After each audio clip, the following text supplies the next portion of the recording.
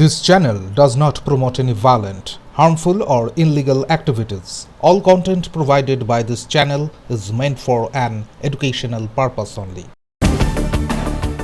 কলকাতায় এসে পর্যটকদের আশ্বস্ত করলেন জম্মু কাশ্মীরের মুখ্যমন্ত্রী ওমর আব্দুল্লাহ। তিনি বলেন, জম্মু কাশ্মীর এখন সম্পূর্ণ সুরক্ষিত, ভয় পাওয়ার কিছুই নেই। 22 এপ্রিল পেহেলগাঁও জঙ্গি হামলায় 26 জন পর্যটকের মৃত্যুর পর রাজ্যে আতঙ্ক ছড়ায়, মুখ ফিরিয়ে নেন ভ্রমণ প্রেমীরা। কিন্তু এখন পরিস্থিতি বদলেছে বলেই দাবি মুখ্যমন্ত্রীর। তিনি জানান, এবারে অমরনাথ যাত্রায় লক্ষাধিক মানুষ অংশ নিয়েছেন এবং নিরাপদেই বাড়ি ফিরেছেন।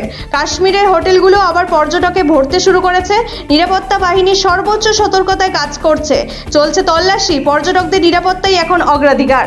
I'm not coming here to market an empty Jammu and Kashmir. By no stretch of imagination is Jammu and Kashmir empty today. Tourism has already started to pick up. We are just trying to give it a further boost.